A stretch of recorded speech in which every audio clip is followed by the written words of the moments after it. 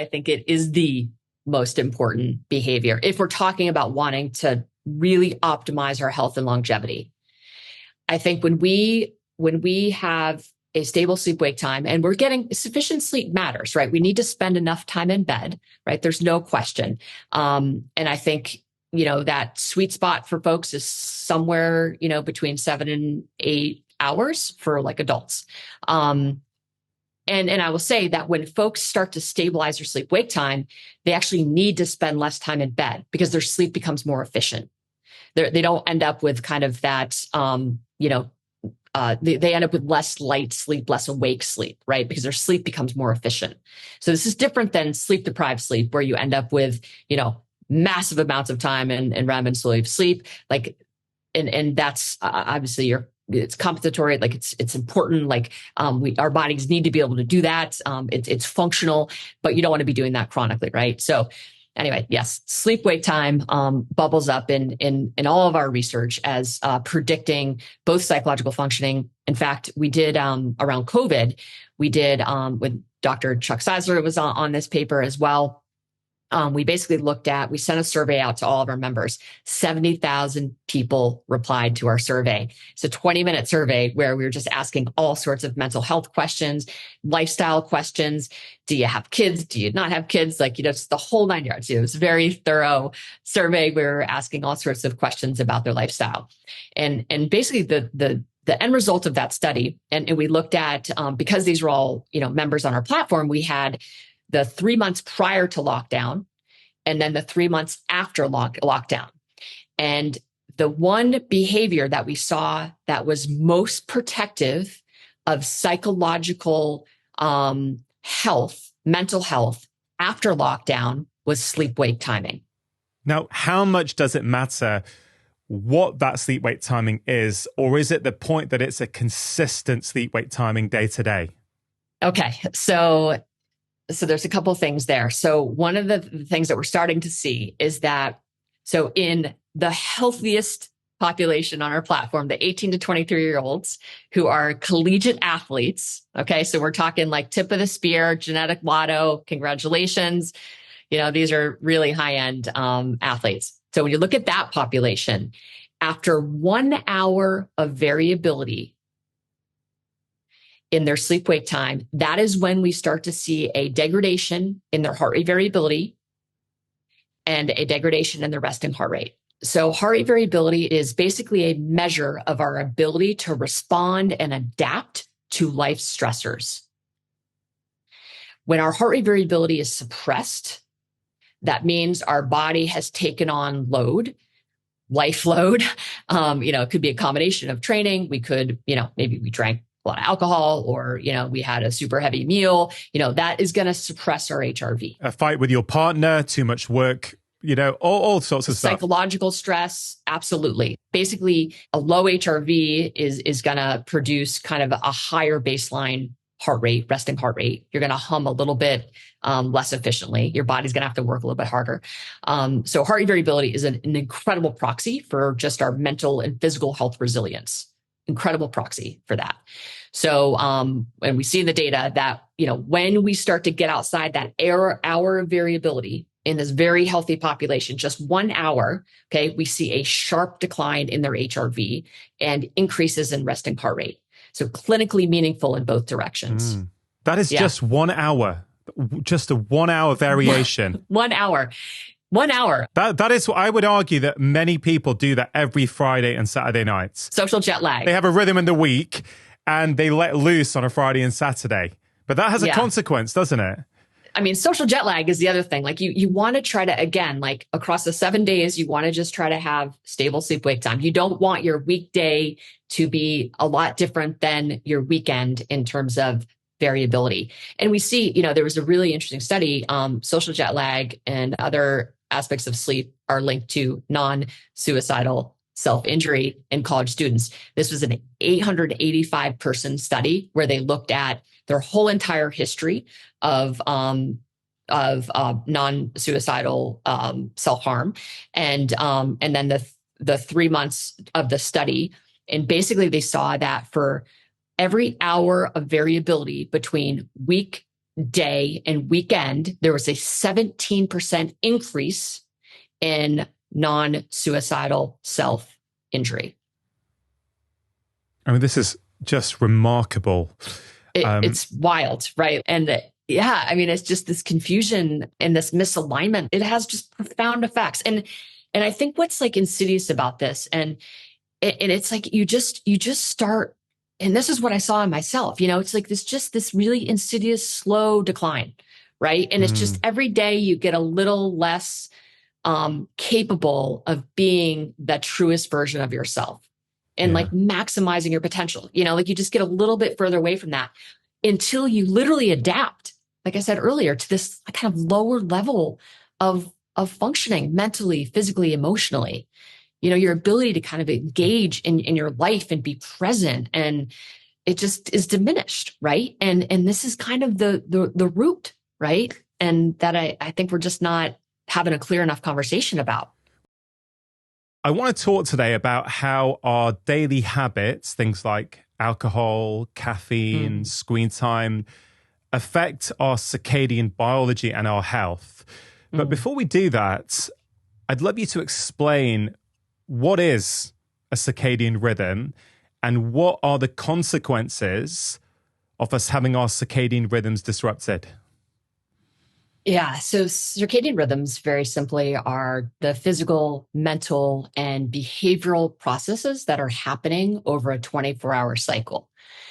And the consequences of desynchronized circadian rhythms, and we know this, there's lots and lots of evidence in the literature that the consequences of desynchronized circadian rhythms, that is basically bypassing our natural internal preferences, right? Which we want to try to match our natural internal preferences with the light dark cycle. That's like the most prominent cue to entrain our circadian rhythms and to create this circadian alignment.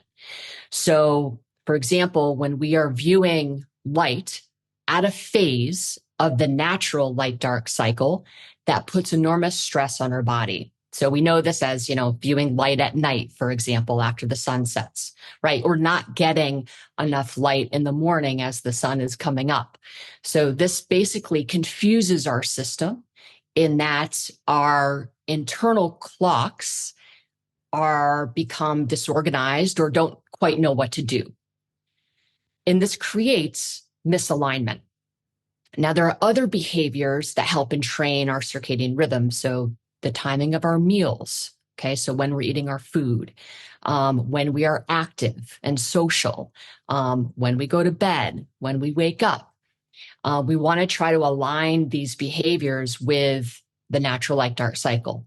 So when we're supposed to be active and eating and sleeping, we want to try to do that in a way that's aligned with kind of these natural environmental cues. And when our circadian rhythms are disrupted, as they are for so many people these days, just shed a light on some of those consequences so that everyone listening can really understand that this is actually very, very serious. It's not just about feeling good in the moment. Of course, it will help you feel good and give you more energy and more focus. Yeah. But there are some quite serious long-term consequences, aren't there, when we have misaligned circadian rhythms? There are, yeah. And, and this is the subject of my PhD. My dissertation is on circadian alignment, and really trying to unpack, what are exactly the behaviors that are going to influence our ability to create this alignment, and indeed, what are the consequences? So we know that there's an increased risk of metabolic disorders and metabolic dysfunction. We know that there is not a single mental health disorder that circadian rhythm disruption doesn't touch. So if we are chronically misaligned, our internal system becomes very confused. And this cellular miscommunication is really, I think, the basis of most disease and frankly, aging. And so it is serious. I'm inside sleep and recovery and training. And, I do a lot of research across these various, areas. And it's very, very obvious to me that circadian rhythms and circadian alignment is the foundation of your house. And when that is not firing on all cylinders, anything we attempt to layer on top of that is really just inefficiency, layering inefficiency on top of inefficiency. So, any nutrition protocols that we're trying to deploy or any, exercise, like in order to really capitalize on these other things that we're doing, the timing of when we're viewing light, when we're restricting light, when we are eating, when we are sleeping, when we're waking up, and when we're active, that the timing of those things is absolutely central to our overall health and longevity. Yeah, no, I love the way you put that. I've been a medical doctor now for 23 years. And, one thing I've realized over the past, I would say at least a decade, is that if you haven't got the basic foundational pillars of health dialed in as well as you can, you simply don't know how many of your symptoms are just a consequence of that, right? So as doctors, we often will treat your symptoms and say you have this condition, and you may do, but sometimes that's just a natural consequence of the fact that you are living in some sort of circadian misalignment. So of course your mood is low. Of course your brain function isn't where you want it to be. Of course you're putting on weight, et cetera, et cetera. Yeah. So for many years, as much as I can, and with shift workers, it can be more challenging, and we'll talk about that for sure, I'm always focusing on, for me, what I call these 4 pillars of health: food, movement, sleep, and relaxation. Yeah, I think that's beautifully said, of course. And I think, but where I think it's not that we don't go wrong, but I think we think about sleep, for example, right? Sleep doesn't have a circadian rhythm, but it's an output of the circadian clock, right? So it's our daytime behaviors that dictate, our ability to fall asleep and stay asleep and get that beautiful restorative night's sleep, right? But we're not really coached on what are the behaviors that actually create this beautiful night's sleep, right? We're told to spend more time in bed. We're told to focus on our sleep. We might talk about our sleep hygiene, which is very important, right? But unless our circadian rhythms are aligned, sleep is going to be very difficult. And I think that's one of the biggest problems in modernity. A lot of this is because we're living in a world where we have access to light 24/7. We have access to food 24/7. And as a result, we're creating, just a lot of stress on our system. And this manifests, of course, in things like our alertness and our ability to attend to the things that matter to us during the day. But it really, really impacts our sleep at night. So as a result, we are really, trying to push water uphill, I think, as it relates to many of the health goals that we have, because we're really not focused on the foundation. Yeah, it was really interesting there. You mentioned that we have this 24/7 access now to light and food. And there's quite a beautiful contrast there between, constant access and the rhythmical nature of our bodies, right? We're not meant to have that constancy of access to these things, right? We're meant to eat at certain times. We're meant to see light at certain times. And until very recently, that is what we would have done. And it's this kind of mismatch, isn't there? And it's, I've been really excited about talking to you because you talk about physiology and psychology. And I'm also very passionate about those two things. I don't think you can look at physiology and how that impacts people without also looking at psychology. And so something's just come to me, right? I wrote this book on happiness, and one of the components of happiness for me is alignment, when your internal values and your external actions start to align more and more. And the way you're talking about our circadian rhythms is also about that internal and that external starting to align, right? Yeah. So can you just speak to that a little bit? Because I think it's really, really interesting. I love that you highlighted that. I'm a psychophysiologist, so I study the interactions between the mind and the body, and there's no question, right? When our behaviors are not a reflection of the things that we say we care about, the things that we say we value, right? That creates this internal mismatch, this internal dissonance, right? That manifests in our life in all sorts of ways that are really unproductive and maladaptive, right? So I think there's this psychological kind of alignment, right? Where we are able to think clearly about our purpose, and we're able to practice being this person that we say we want to be in the world, right? Which is, our identity, and live our values. And that's where when we have all, really strong internal alignment.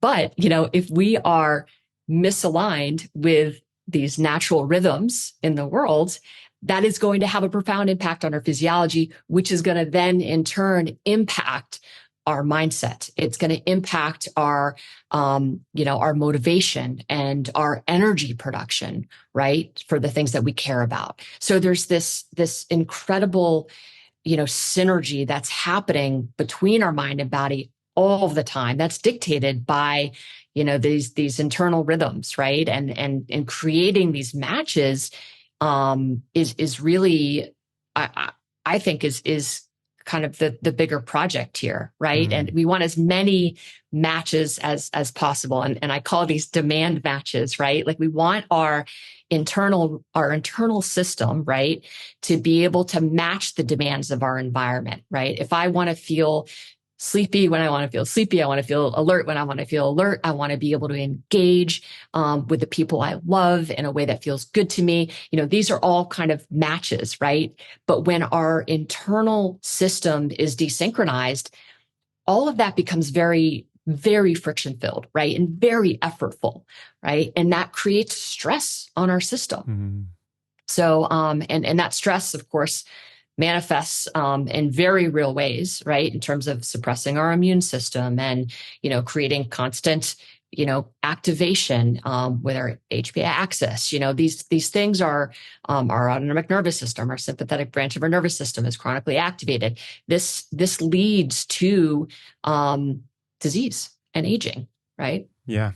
Just so everyone who is listening really is understanding circadian biology, are you saying that everyone has an internal rhythm that has presumably been set in some way based upon their lifestyle and the way they're living, but ultimately it is internal, and our job therefore is to have external behaviors in our life that match that internal rhythm as much as we possibly can?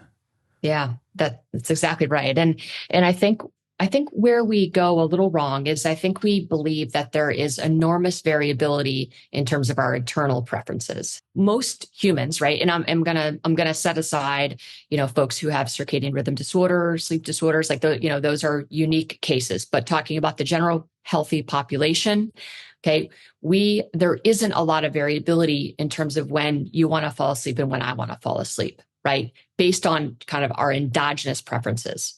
And we know this from, a lot of the literature and a lot of the research that's done on hunter-gatherers.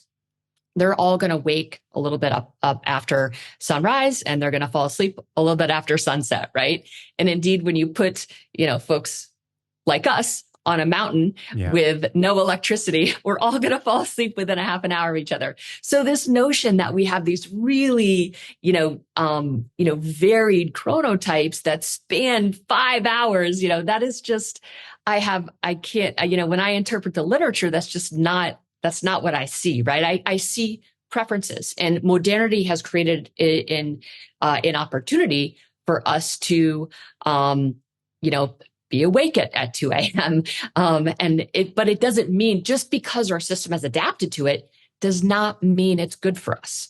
And I think that's the message, as hard as I think it is for some folks to hear. That's kind of the message that I'm trying to get out there, that, we're really making choices, right? And we just have to own that choice, but we have to recognize that it is having a deleterious effect on our health, well-being, and our longevity, right? Mental, physical, emotional.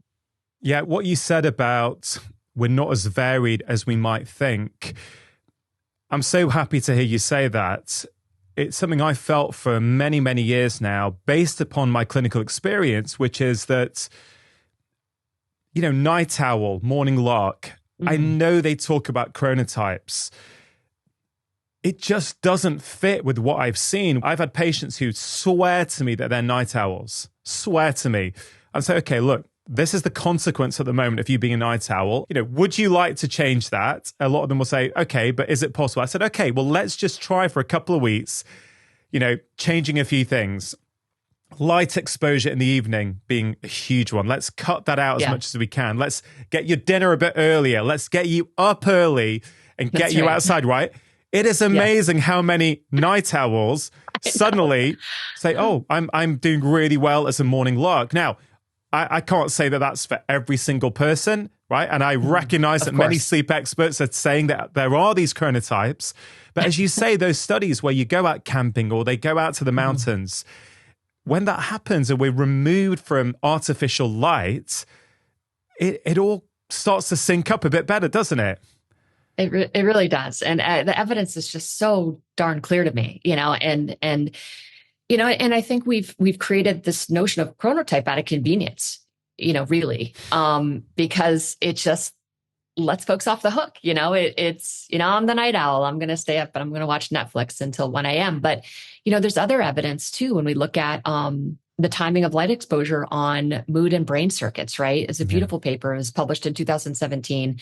And basically, what it said is that when we're viewing light between 11 p.m. and 4 a.m., your dopamine system, motivation, reward, just doesn't work as well as it would have if you didn't view light between 11 p.m. and 4 a.m. And of course, if you're doing that, once every now and again, not a big deal. But if you're chronically viewing light between 11 p.m. and 4 a.m., which is probably 70% of the world's population at this point, like a lot of folks are getting light to the eyes, which is confusing the control center of the brain, saying we're supposed to be awake, which is then telling all of the clocks in the body that it's time to be awake at times when, again, they're not programmed to be awake. They're not programmed to be, firing, right? So again, this puts enormous stress on the system. So I think studies like that tell us, okay, there's something that we need to protect this time frame. Yeah. This is a time when we are not supposed to be active and awake, right? And so there's just more literature that's kind of mounting. And indeed, in all of the research that I've done over the course of the last 4 years for my thesis, the one behavior that bubbles up and is predictive of physiological and psychological functioning is sleep-wake timing. The more stable it is, the higher levels of psychological functioning, okay, the more positive psychological functioning folks have, and the stronger the physiological markers. Yeah. So we see relationships between when we do these circadian behaviors, they impact our sleep-wake time, which then impacts our cardiorespiratory fitness and our parasympathetic activity. Wow. Like this, I'm about to submit this for peer review. So this is preliminary data.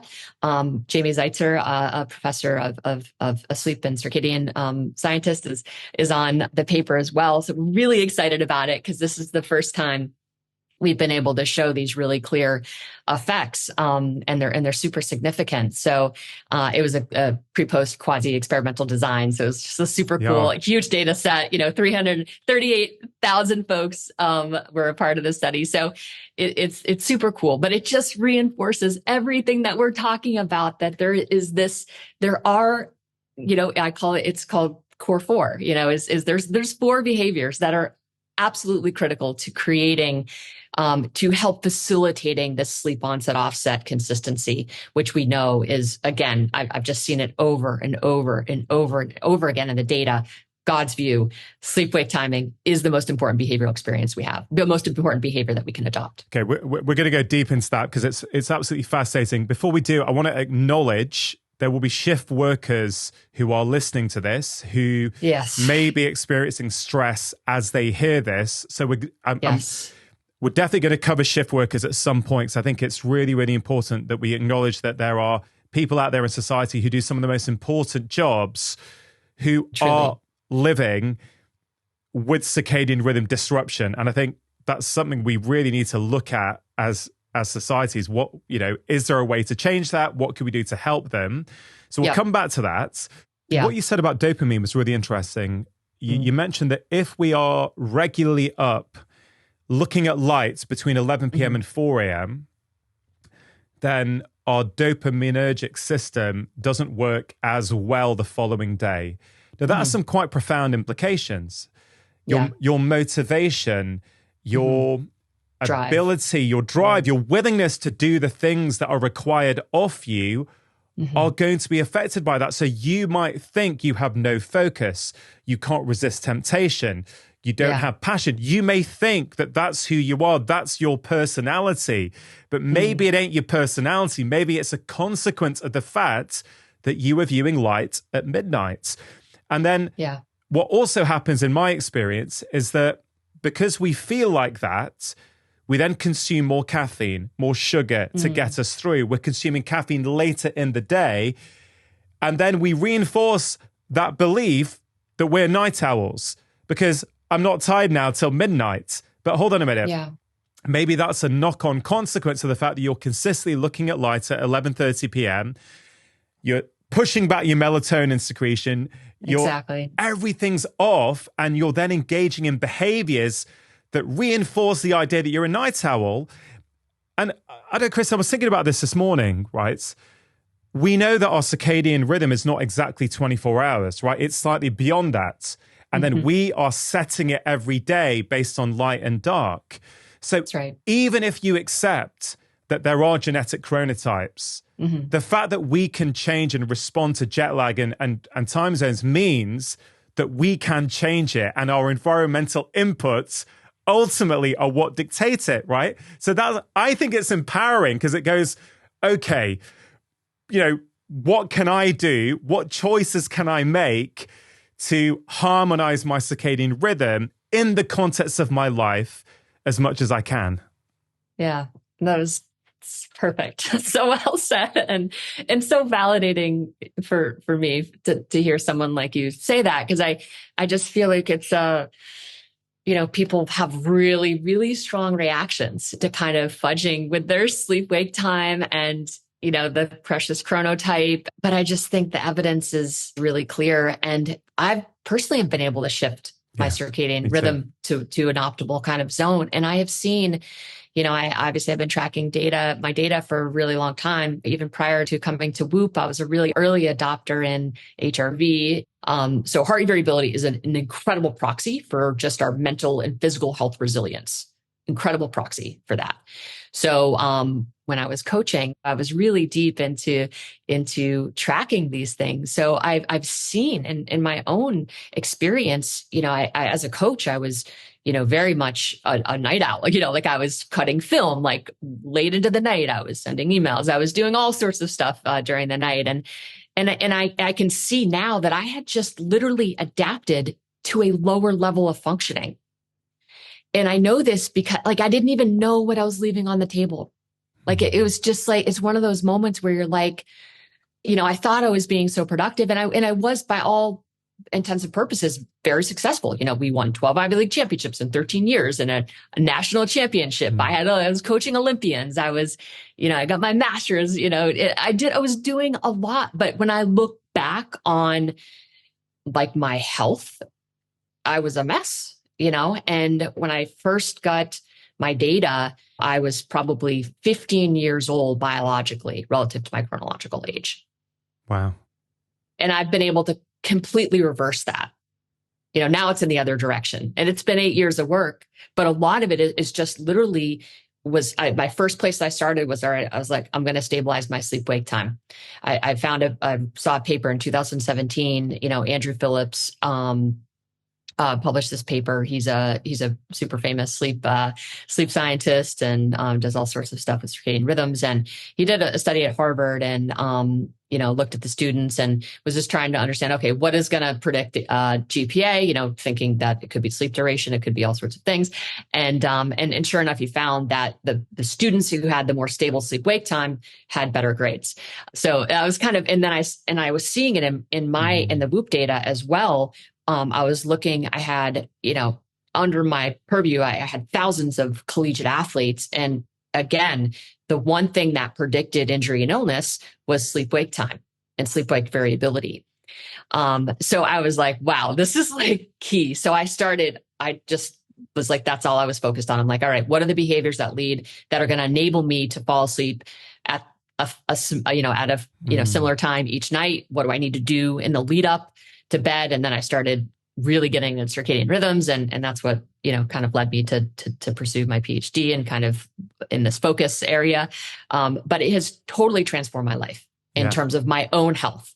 I went from a 60 HRV when I came on the platform to, now, today my HRV was 140, my resting heart rate's 49. I'm 50 years old, it's really, it's completely transformed my life, aligning my circadian rhythms. That is really empowering for people who think that the way that they feel right now is the way they have to stay. And it is simply not true. You can change. You can change anytime you want. Yes, for some people it's harder than others, but actually a lot of the time it's not as hard as we think. We don't necessarily need a huge lifestyle overhaul. A few simple things done consistently really very quickly start to move the needle. You said it's been 8 years of work. I found that really interesting, that phrasing, because I imagine some things are tougher than others. But I imagine also there's been a feed forward cycle whereby it was hard initially, but then you start to feel the benefits. And it's just a way of life now. Yeah. And then you want to continue that way. That's how I feel. I love living in good circadian harmony. I just feel great like when I do it. I know. Yeah, I don't think until people get to that point, they understand how motivating feeling good is. And when you don't do it and you feel off, you're like, I don't want to do that again. I don't want to do exactly. So for example, I don't drink alcohol anymore. Now, I would never say I'll never have a drink again. I may do, I may not. All I can say is at this moment in time, given what I have to do in my life, I'm happily married. I've got 2 children who I like to see and spend a lot of time with. I help to look after my mother. I have a pretty busy and full-on job. I don't want to leave 4 or 5 hours on the table one morning because I had 2 glasses of wine the night before and it affected my sleep. So no one had to tell me to stop. I just did it enough times to realize, you know what? I prefer feeling great when I wake up and having a sharp head. Do you know what I mean? Yeah. That's how it. So that I'm kind of. People have to experience it for themselves, don't they? Let's go to sleep wake time, right? Because I've heard you say before that if there was one behavior you would recommend to everyone, if possible, it would be to have a consistent sleep wake time. Let's unpick that. What exactly do you mean? Yeah. And why do you think this is one of those top behaviors for people to do? The behaviors that have transformed my life are democratically available and free. So when we, really is about boundaries, about, hey, how do I actually practice being the person I want to be? How do I practice living my values every single day? And for me, this was the path. And it started with sleep wake time, really because, again, I have access to all of these data and, millions and millions of sleeps. In many of our studies, we're also looking at measures of psychological functioning. So things like workplace resilience, feelings of control, feelings of purpose, feelings of efficacy, and homesickness, in military populations, contributions to teams and frontline healthcare clinicians. So we're talking about massive data sets. Could you just explain that actually before you get into this? The people who don't know what you do in your job and your role with WHOP in particular, if you could just explain, this data you have access to, how much data is it? Because it's science, it's citizen science, isn't it? It's a very different way of doing science than what we're conventionally used to. Yeah. So the citizen scientist stuff is a lot of the retrospective analysis. So going back into our data set at WHOP, which is basically WHOP is a physiological monitoring device. We are capturing heart rate data. We're at very, high frequency. We're transforming that data and giving our members insight into their sleep, insight into their recovery, okay, so their capacity to take on strain, and insight into their cardiovascular load. We call this strain. And when we coach them, we give them feedback. As a result, I get massive amounts of de-identified data from our members. And there's also, running alongside, folks are journaling. So we know when folks are breastfeeding, when they are on their menstrual cycle, we know when they're drinking alcohol, when they report it, we know. So we have these incredible data sets to be able to look at retrospectively. So we'll do, we don't go on fishing expeditions really, but we pre-register everything. So my team will pre-register before we go in and look at the data. We develop a hypothesis. We do, we do a very traditional scientific method. We register it. So when we publish it, people can go on the registry and see, oh, okay, this is what they said they did, what they were going to do. This is what they did, right? This is where it lines up and where it doesn't, right? So we're not just, cherry picking, right? We don't want to do that. So my team will do retrospective analysis, but we also do prospective research, which are, like with 1,000 paratroopers in Army Alaska, where they're wearing WHOP device. And then there's also an intervention, right? Where we're giving them a roster of some of these circadian alignment coaching behaviors. And then we have a control group who's not getting any of that. They're getting generic sleep advice, for example. So, I'll do research on those folks. I'll do, I'm sitting on probably the most physiological data of frontline healthcare clinicians of anyone in the world. Wow. We've done, Stanford Medical, UCSF, Las Palmas. We've done, we're doing lots of work in those populations, trying to understand circadian rhythm disruption, how this impacts psychological functioning, how it impacts functioning on teams, how it impacts things like psychological safety, also corporate executives. So in my role as global head of human performance, principal scientist at WHOP, I'm basically in charge of kind of looking at both doing retrospective and prospective type of research, so I can understand what behaviors are going to move around our sleep, our recovery, and our and our training, our ability to train. So that's kind of like my day job. What I find really interesting, you have access to all this data, but yes, you have different professionals, people in the armed forces, healthcare professionals, but you also have a lot of data from regular members of the public. General population. Busy people with busy lives, trying to juggle everything. You're seeing in real life what are the consequences of their behaviors on their physiology, which I think is really, really interesting. Just taking a quick break to give a shout out to Vivo Barefoot shoes. Now, I've been a huge fan of Vivo Barefoots for over 10 years now, well before they started supporting my podcast. They are the only shoes that I wear, and they really have had a huge impact on my own life and the lives of many of my patients. You see, when people start wearing minimalist shoes like Vivos, you can see improvements in things like back pain, hip pain, knee pain, foot pain. Even things like plantar fasciitis can often get better. And scientific research shows us that just wearing Vivos for about 4 months or so improves the strength in your feet by over 60%, which is absolutely incredible. One thing people don't realize about these shoes is just how flexible they are, which allows your feet to do what your feet naturally want to do, rather than the shoe dictating your foot's movement. Vivo Barefoot are giving my audience a 15% off one-time code when you make your first order, and they make it really easy for you to give them a try. They give a 100-day trial for new customers, so if you don't like them, you just send them back for a full refund. I'm a huge fan. I really hope you take advantage of this offer. To get your 15% off code, all you need to do is go to vivobarefoot.com/livemore, or click on the link in the description box below. Yeah. Okay, so with all that data, having done this for years and assessed it multiple different ways, on multiple different occasions, you have concluded, along with the research, that a regular sleep wake time is one of the top line behaviors we should all be striving for. No question. Yes. I mean, I think I will go on a limb and say that I think it is the most important behavior. If we're talking about wanting to really optimize our health and longevity.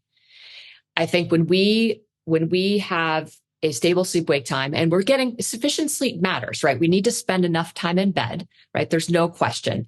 And I think, that sweet spot for folks is somewhere, between 7 and 8 hours for like adults. And I will say that when folks start to stabilize their sleep wake time, they actually need to spend less time in bed because their sleep becomes more efficient. They don't end up with kind of that, they end up with less light sleep, less awake sleep, right? Because their sleep becomes more efficient. So this is different than sleep deprived sleep, where you end up with, massive amounts of time in REM and sleep. Like, and that's obviously it's compensatory. Like it's important. Like, our bodies need to be able to do that. It's functional, but you don't want to be doing that chronically, right? So anyway, yes, sleep wake time bubbles up in all of our research as predicting both psychological functioning. In fact, we did around COVID, we did with Dr. Chuck Seisler was on this paper as well. We basically we sent a survey out to all of our members. 70,000 people replied to our survey. It's a 20-minute survey where we were just asking all sorts of mental health questions, lifestyle questions. Do you have kids? Do you not have kids? Like, it's the whole 9 yards. It was a very thorough survey. We were asking all sorts of questions about their lifestyle.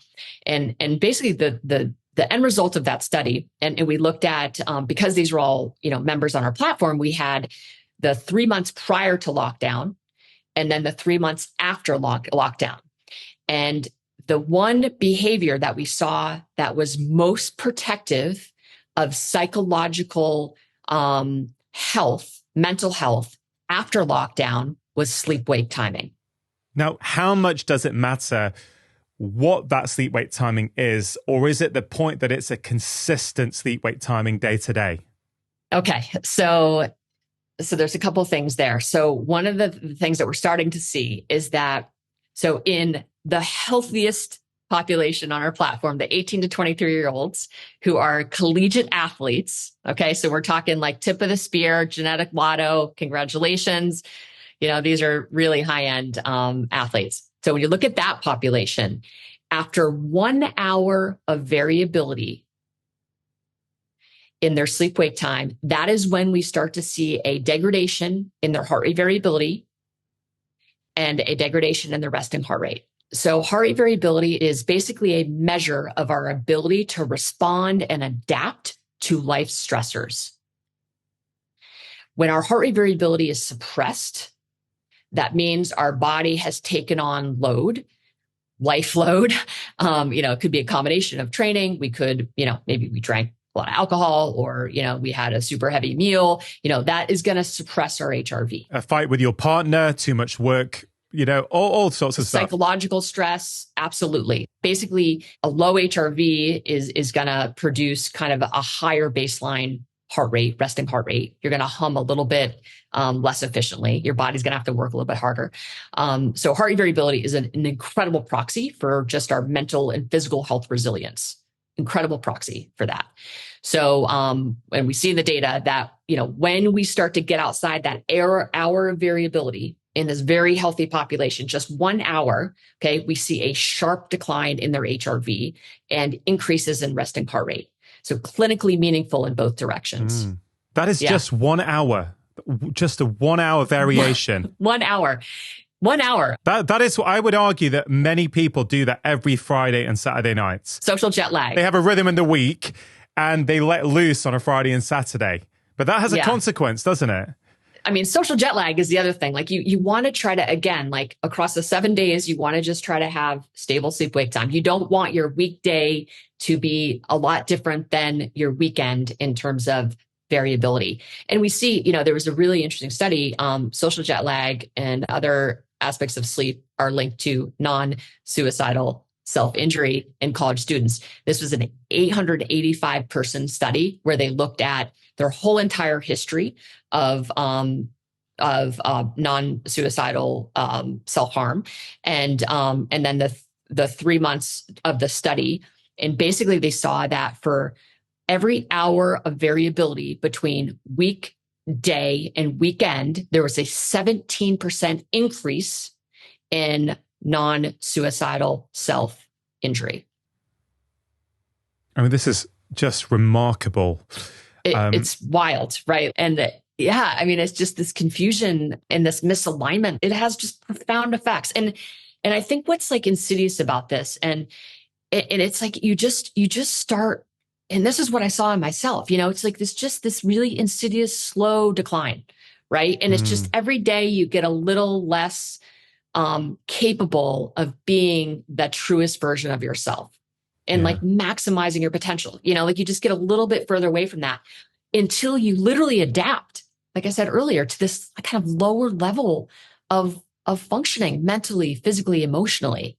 Your ability to kind of engage in your life and be present, and it just is diminished, right? And this is kind of the root, right? And that I think we're just not having a clear enough conversation about.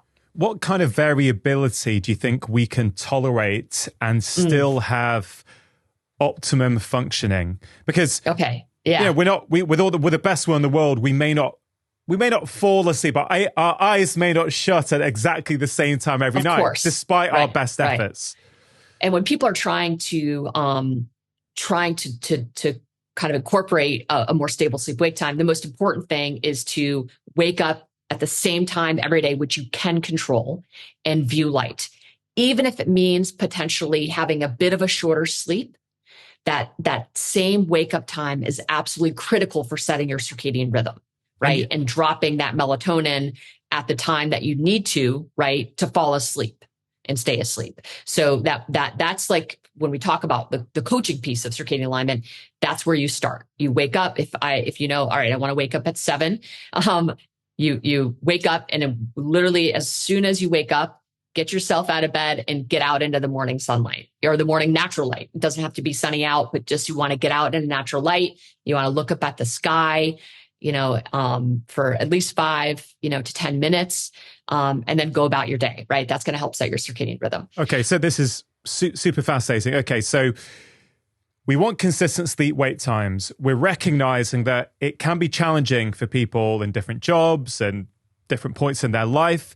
But if possible, you're saying one thing you should try and control as much as possible is the same wake time every day.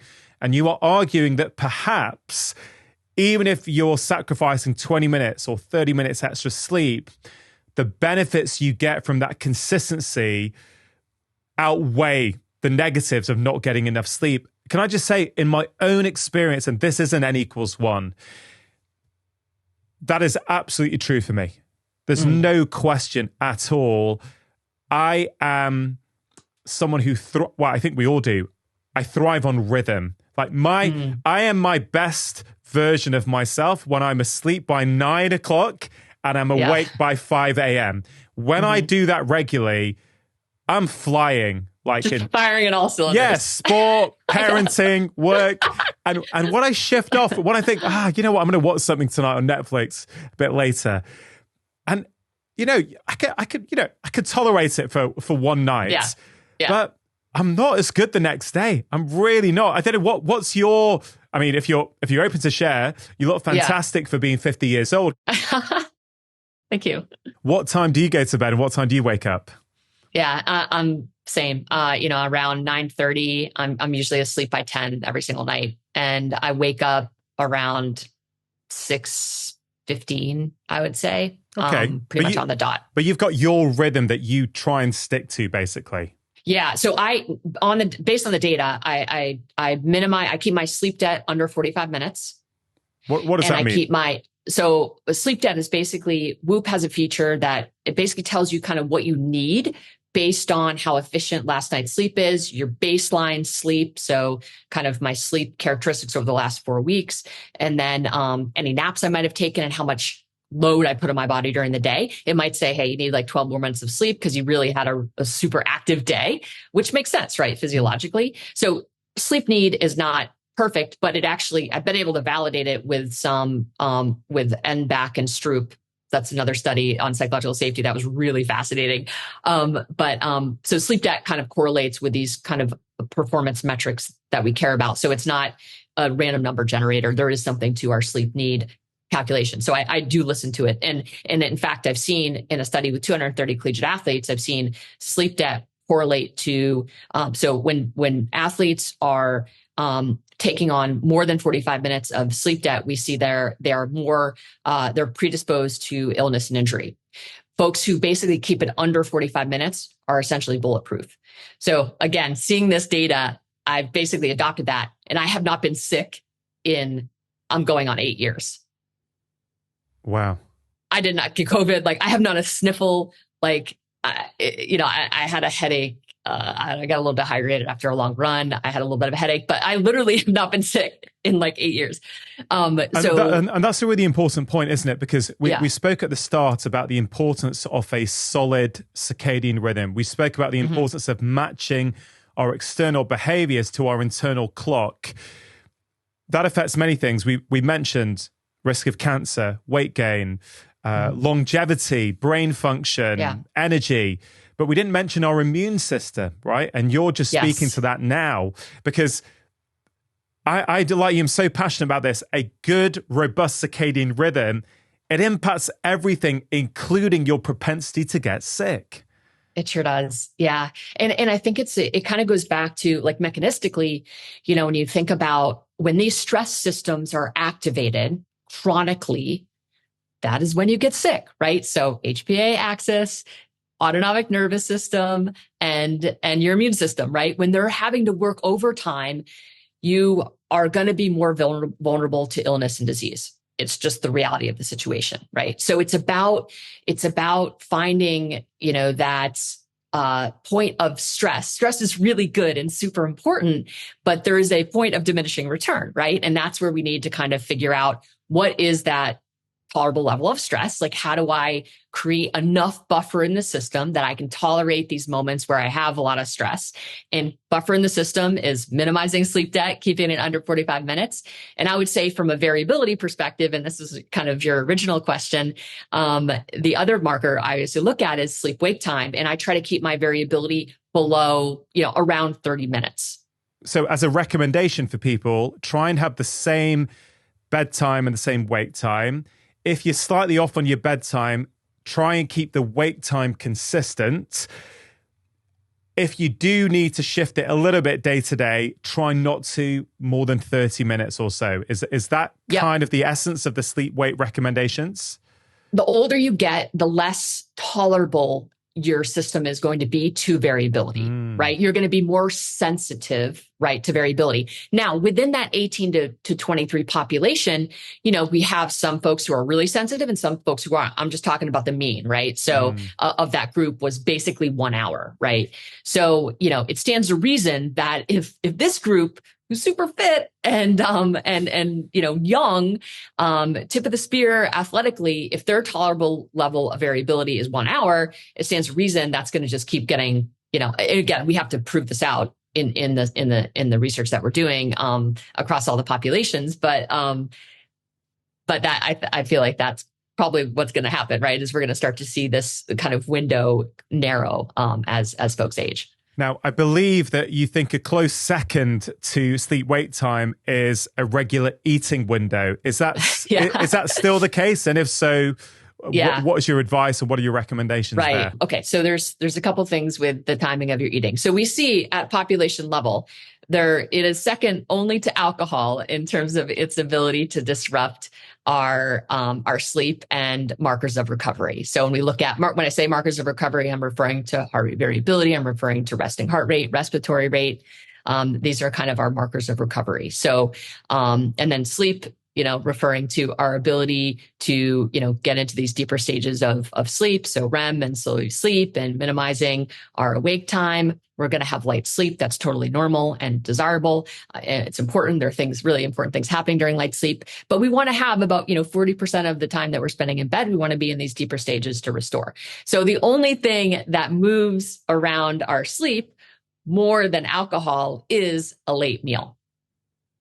So we're talking like millions and millions of sleep, right? And millions of people kind of reporting over time, right? Like, we're looking maybe at 3 or 4 years of like people reporting late meals. And there's just no question that it has a negative impact on recovery and sleep. So given that it's interesting. We spoke before how we're not as different as we might think. Mm. And I agree with that. At the same time, I believe there is quite a lot of individual variation in terms of, let's say, the diet we might thrive on, for example, or the movements and the exercise regimes that work really well for us. So I'm really interested. And this is where I find the data that you guys are capturing at WHOP really, really interesting compared to, let's say, a more conventional scientific experiment where people are brought into a lab and, they're taken out of... The numbers are so small. You can't do within-person statistics, right? Like you can't do multi-level modeling, right? When you have an N of 13. And that's where this is like so exciting, is that we can do within-person analysis, right? And between person, within person, between person, across hundreds of thousands of folks, right? So we can actually get to a place where we're saying, hey, this isn't just population level, this is like within person, right? And then we really start to understand, we beat down the variability in a way that, these traditional experiments can't. So for someone who, let's say, can't afford WHOP and is like, okay, I want to implement stuff from what you have learnt from all that data, but I can't go on that platform myself. Are there any consistencies as to food timing in the evening and its impact on sleep, right? Some people are going to be more tolerable to a late meal than others, but can you make a generalized recommendation based upon what you've seen? 100%. So, and there's lots of other kind of external literature that supports this as well. So this isn't, just our research, but what we've seen is that, this concept of time restricted eating, which is not intermittent fasting. Okay. And to be clear, I'm not a nutritionist. I can just talk about the timing of things, as someone who studies circadian rhythms. But, time restricted eating and intermittent fasting, they're often conflated in kind of discussions on the internet and whatnot. But time restricted eating is basically just, consolidating your eating window during a period of time, during the daylight hours. Okay. So in that window can be 8 hours, it could be 10 hours, it could be 12 hours, right? But the key is you want to eat a bulk of your calories when it is still light out. And then after the sun goes down, we're really not meant to be eating food. We're not primed to metabolize food. And we know from the studies that have looked at insulin at different points of the day, we become way more insulin resistant as the day progresses. Yeah. So you want to have like a big, nutrient dense meal early in the day. Breakfast is so important, especially for women, need to be eating breakfast. Lunch is really important. We want to get tons of protein, lots of veggies. Like this is when we're like really primed to metabolize. And then as the day progresses, we want to, decrease our calorie intake, preparing for sleep. Because once we fall asleep, what's happening mechanistically is you have a competition, right? When between digestion and sleep, they can't do both at the same time, right? You're still going to fall asleep, but you're not going to be. It's kind of like alcohol. You're asleep, but you're not in these deeper stages of sleep. So that's what we see in the data. We see that these late meals are compromising deeper stages of sleep. People are spending more time in light sleep by the tune of 30 to 50 minutes. So this is like meaningful amount of time awake. Okay. And an average decrease in sleep efficiency by up to 17% when folks are reporting late meals. Well, it's like wild, right? So food within 2-hour bedtime. So the recommendation is you want to try to back up your meal time. So you're giving at least a 2-hour buffer from your last calorie to when you intend to sleep. And just general rule of thumb, bulk of your calories when you're meant to be active, which is during the daylight. So that's a really big piece to this kind of whole puzzle of, being able to maintain sleep consistency, right? Different foods will potentially, impair our ability to fall asleep. That said, I did a study with 700 collegiate athletes, where we looked at pre-sleep, feeding. And, it looks like a bolus of protein, that's bioavailable is not really going to impact your ability to, fall asleep and stay asleep. I think it's if we're having that big Indian meal a couple of hours before bed, that's the one that's gonna like kind of hit us hard. Yeah, that's really interesting. So, okay, let's unpick that a little bit. Well, I'm very conscious these days, Kristen, more than ever, that we're living in a world of increasing health information on podcasts, on social media, in the media, and it's not always the same, right? Sometimes people are hearing conflicting information. Yeah. And so, I mean, I have my own views on how we solve that. But in terms of what you've just said, many people have heard over the last few years that this whole idea that breakfast is the most important meal of the day is not necessarily true. Many people practice intermittent fasting and they'll have coffee in the morning and they'll delay their first meal till, let's say, 12 o'clock, and they'll eat their second meal at 8 p.m. And they will say that, hey, they're thriving living like that. They're eating good quality food. They're not overeating. So there is an individual variation, I think. But I also agree with what you just said in the sense that all the literature I have seen around circadian rhythms, yes, light is the number one influence on our circadian rhythms, but I think food is number two from what I can tell. And they're sort of saying there's some really good Spanish studies showing that if you have the bulk of your calories in the first half of the day, so let's say before 3 p.m., you know, it's better for weight loss, it's better for blood sugar control, better for sleep. And so, and that study controlled for diet too, which was awesome. Everyone was eating Mediterranean diet. But yeah, folks who were eating after 3 p.m. Yeah. So I agree. So on a personal level, a few years ago, I did buy an Oura Ring. I found that I learnt within 6 weeks, maybe less, I kind of feel that I learnt what it was going to teach me. And one of the key things I still remember was a late dinner massively impacted the quality of my sleep. And I could see it on the data there. So here's the problem, right? Here's the problem these days is that you may want to live in perfect circadian alignment, but society isn't really set up to support that, right? So for me, sitting down with my wife and children at the end of the day is quite an important family moment, right? So sometimes it does slip on. But having said that, having kids has been the best thing for my circadian rhythm because everything gets shifted back. And I eat early with the kids, and I have done for years, right? So I guess what I'm trying to get to is for someone who just heard what you said, who is saying, you know what, I hear you, but I'm thriving on intermittent fasting at midday and 8 p.m. and I've got energy and focus. What would you say to them? I can only go back to the literature in terms of what I know and in terms of how we produce insulin and, when we're most resistant and sensitive. And so that said, I think if people are eating, low glycemic kind of foods, it probably is less important, right? I think it's really if we're just eating, really fatty, high carbohydrate kind of foods, we're over fueling. I think that's when it becomes problematic eating later in the day. But I do think if we're eating really cleanly, and we're keeping kind of our blood sugar at bay, I don't think that that's going to have a huge impact on sleep and recovery. So I do agree that there's variability. I think we can't really ignore the science, though, that the morning time frame is really when our body is expecting food and when we're really optimized to accept and utilize those nutrients. Yeah. Right. So I think we're probably not able to capitalize on that meal as well at 8 p.m. as we are at 8 a.m.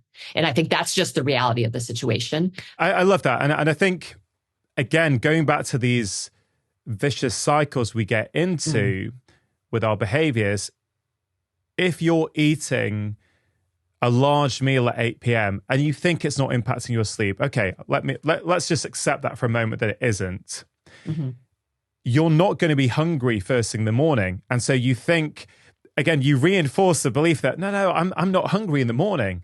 But I've done this with patients. I've done it with myself. If you bring your dinner time earlier, if you have a lighter meal, let's say you do eat with your family. This is what I do sometimes. I'll have a soup or a bone broth in the evening. So it's a lighter meal, even though I'm having it maybe closer to bedtime than I would want. So it's going to be easier to digest. 100%. Then you are hungry in the morning. So it kind of, all of our hunger cycles, our energy, when we feel sleepy, it's kind of all impacted by what we did the day before and what we continue to do. Do you know what I mean? And I don't think people really deeply understand that yet. Yeah, I think it's, there's a phase relationship, right? And Dr. Samar Hattar, one of mine, I just love him. He's done incredible research in the area of circadian physiology, circadian biology. But he says that there's a phase relationship, between our activity, our meals, our sleep, when we view light. And I think to ignore these relationships really comes at an enormous cost, to our health and our functioning. So I think we have to respect this relationship. And, I don't think there's a single reason why we shouldn't try to optimize for it, and I think kind of goes back to just reconfiguring your family a little bit, and I have a couple of teenagers and we just have kind of reoriented ourselves to be able to be more aligned with this natural light dark cycle. And, fortunately, my co-parents super on board, we're able to kind of navigate all that really well. But I think we have oftentimes with our partner, a lot of these kind of hidden commitments that really, I think, pull us a little bit further away from maybe our ability to kind of show up in the world as we want to. And maybe that's that glass of wine at 9:00 or 10:00 or, that we have regularly. And, thinking about, okay, maybe I can, knowing I want to maybe make some of these changes, maybe we can go on a walk instead, or, how do you kind of replace some of these behaviors that are getting in the way? And I think when folks maybe hear this conversation, it's easy to get a little overwhelmed because they're thinking about all these commitments that they have with their partner and their family that kind of don't align with this way of living. But it's just a matter of, just reconfiguring things. That's a great point. On reflection, I don't think I've been out for dinner with my wife, I don't know, in over 5 years.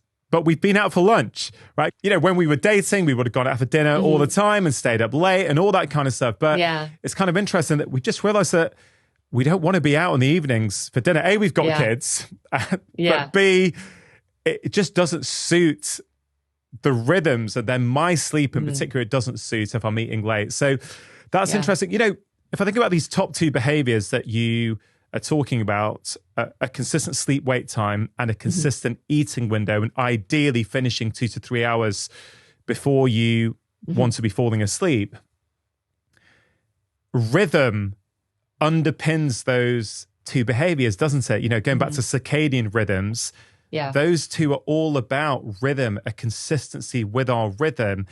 And again, I will share that I mentioned my sleep-wake time, 9 till 5 is when I'm at my best. But when I'm eating consistently, for me in a 10-hour eating window, that's the same every day. When I can do that consistently, I just feel my best self. And when I move off it, and occasionally I will, I'm in London for work and there's a dinner. I'll always try and do it earlier, but I'm never quite on it the same day. The next day, I'm never quite on it like I want to be. Yeah, it's kind of one of those things where we plan so many aspects of our lives, but we don't necessarily plan, I think, some of the most important things in our lives, like this foundation, right? That's going to allow us to, pursue our values in a way that feels really amazing to us, right? And I think that's kind of, there needs to be some pre-planning in order to make sure on average, you're able to kind of hit your sleep wake targets. You're able to, keep your feeding window, your eating window inside 10 hours, right? And just a quick distinction between intermittent fasting and time restricted eating. I meant to say this before. Intermittent fasting implies some caloric restriction, whereas time restricted eating, and again, going back to this notion that it's free, democratically available, even if you cannot afford really nutrient dense, high quality foods, you can control when you eat your food, right? Even if the food is not like as great as it should be, you can get really close to your metabolic goals if you're eating during the daylight hours. Yeah, I remember when I first found out about Sachin Panda's research, maybe 7-8 years ago, some of the early mouse studies. And I remember a graphic with the mice and how even if they were eating junk, but they were doing it in a confined eating window, the negative impact was just much reduced. It was fascinating. And I think I have the same graph in my mind. Yeah, it's this beautiful graphic. And it was just like, oh, wow. And I think it was the first time that I saw something that really connects with me, that something I already intuitively knew, which is that I thrive on rhythm. But when I saw that, I thought, wow, rhythmic living is very, very important. And that's what the modern world has taken away from us. It's kind of decimated that rhythmic nature of life. You know, on that, one thing I'm interested in when you look at your data, I think you're the East Coast of America, right? Where you live. That's right. So I live in the Northwest of England. And there's huge variation between light dark cycles now as we're recording in nearly midsummer here in the UK, right? So it doesn't get dark till maybe 10:45 p.m. and it's light at maybe 4:15 a.m., something like that. And then in November and December around Christmas time, the kids are coming home from school at 4:15 and it's dark, right? Yeah. So do you see in the data that our requirement for sleep changes according to the seasons? Yes. Shorter in the summer, longer in the winter. Yeah. We're meant to just kind of adapt to the seasonal variations. Yeah. It's rhythm. It's rhythm, It right? really is. It's rhythm. But people spend 97% of their adult lives indoors. Yeah. So we're missing the number one input, which is light. Yeah. Natural light, right? Like artificial light, obviously, after the sun goes down, we have not adapted to blue light after the sun goes down, to be really clear. So that's a lot of the consequences that we're seeing with regard to health. But yeah, I mean, just light during the day. I mean, certainly, as the sun is setting, light in the morning when it can impact our circadian rhythms, right? So there's kind of like the circadian dead zone between, I think, 10 a.m. and 4 p.m. generally. So that's why like that morning bookending your day with light is so important to set your circadian rhythms. So before 10 a.m., and as the sun is setting, you want to get outside in the light for a minimum of 20 minutes. And then we know that the bare minimum that folks should be spending outdoor is 67 minutes if we are interested in mental health. So just the natural light in general has such an impact on our skin health, on vitamin D, our mental health, our mood, our alertness. So important, right? Did you say 67 minutes? Yes, that's what we know that's kind of what's been defined in the literature as being like the minimum effective dose of natural light is 67 minutes for humans. Yeah, I mean that's fascinating, and I think that makes complete sense. I mean we've evolved outdoors. We've never spent this long inside. 67 minutes though to some people will be like, wow, it's an eternity. Yeah, I know. I'm nowhere near that, and I know. I mean, yesterday I'm just finishing my dissertation, about to turn it in. But I did not spend 67 minutes outside yesterday, but I'm acutely aware. And I think this goes back to the scheduling piece we're talking about is like, you just have to really, if I know today, fortunately it's a holiday and I'll be outside all the rest of the day. I'm going to kind of make up for it. And I think that it's not perfect science, but that's kind of in my head how I think about it. And I just try to, on average across a month, schedule my time so I can hit these minimum thresholds. Yeah. And that's really how I'm operating. Sorry to interrupt. To make sure you are taking action after watching this video, I have created a free special guide to help you improve your sleep and reduce fatigue. Now, in my clinical experience, most people who are struggling to sleep are doing something unconsciously in their day-to-day life that is negatively impacting their ability to sleep at night. So in this free guide, I share with you 5 of my very top tips that I have seen transform the lives of many of my patients. So if you want to get hold of this guide, all you have to do is click on the link in the description box below.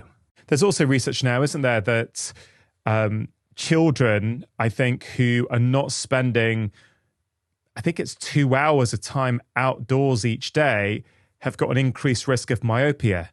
Yes. Which is really, really interesting. Yeah. When it's narrow, like you outside, you're forced to expand your visual, system. And that is, again, when we think about how we've evolved, right? Like we haven't evolved to just like be like this all day long, which is what really people are when you talk about phone consumption and being on screens. I don't know if you're familiar with this at all, Kristen. I work with one of the most incredible movement coaches I've ever come across. She's just phenomenal. And she's got a machine that's only about 4 or 5 in the world where they can track all of your movements as you're running on the treadmill, everything that your spine and your pelvis are doing. It's absolutely incredible. And she can interpret it really well. And here's the thing, when you are moving with peripheral vision, your movement is completely different and more fluid than when you've got concentric vision. So one of the things we're working on is when I'm running is to have that softer peripheral gaze, and you can feel more rotation. So your visual system even impacts the way that you move, which is utterly remarkable. It is crazy. I mean, just the panoramic vision. And I think what happens physiologically during this is like when we expand our view and kind of create this panoramic vision, we decrease our heart rate and increase heart rate variability. So it's funny, like when Rory McIlroy, he's a super famous golfer. He talks about this. Like he used to kind of after maybe a bad stroke or like just even as he's walking from hole to hole, he'd look down at the ground, and he learned about this research and started, keeping his shoulders back, looking up, expanding his vision. We also tell kind of surgeons and, folks in kind of these high stress, high stakes environments to expand their vision when they're feeling stressed, because it immediately reduces your heart rate, increases your heart rate variability.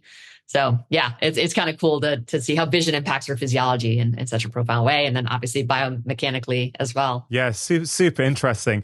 Okay, you've touched on alcohol a couple of times. Let's talk about alcohol. What have you seen in the data? Did you say food was worse than alcohol for impacting our circadian rhythms? It's second to alcohol. Yeah. And I think like what's tough about alcohol is like, it's not just impacting you the day after. It has like a 5-day tail. Wow. Yeah. So, okay, let's unpick that. So you're saying from the data you've seen, and you're measuring people's heart rate variability and their load and their recovery, heart rate, their respiratory rate, their activity levels, So you're saying that, and I want to know what are we talking here? Because let's say someone has 2 glasses of wine, okay, and they feel that they were up a few times at night. They have a bit of a headache the next day. They're craving a bit more caffeine. They're extra hungry, but they decide to compensate. You know what? Today wasn't good. I'm going to go to bed early tonight, eat early, not have any alcohol, and they then get a good night's sleep the following day. I think most people would feel that they're back to normal the next day. It sounds like you're saying from the data that that's simply not the case for most people. Right. They probably feel better, but physiologically, they're not back to their baseline. Wow. So if they're reporting drinking 2+ drinks, okay, so 2 or more drinks, it takes on average 5 days to return to your baseline. Wow. And I know. On average, of course, means that for some people that may be 6 or 7 days, and someone else it could be 3 days. But that is still just average across, hundreds of thousands. I mean, at this point, millions, of data sets, right? Over, the course of the time folks have been on the platform. Yeah. It's the average 2+ drinks, average is 5 days to return to baseline. And again, yeah, it could be 2 days for some, 7 days for others, but this is where the problem lies, right? Like you basically inside that window of 5 days, you could be having more drinks, right?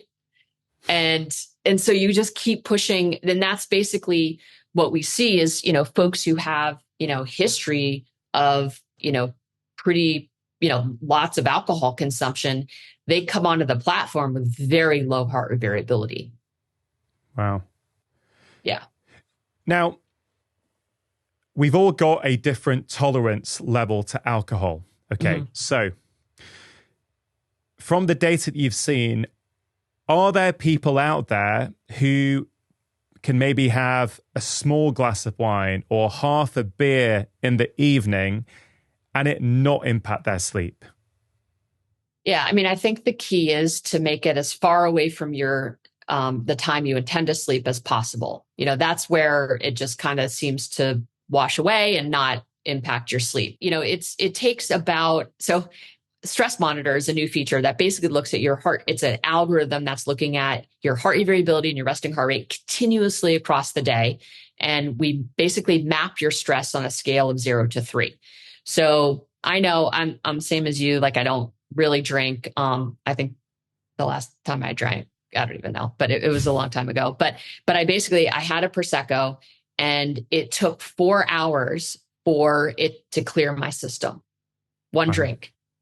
So, and I looked I went to bed, and I think I had the Prosecco at 7, maybe, I went to bed at like 10. And the next day I looked back on my data, and my Stress Monitor data, basically what I was elevated in that. Usually when I'm sleeping, I'm in like a 1 stress, right? 3 is super high, 1 is really low. So I'm 0.7, whatever.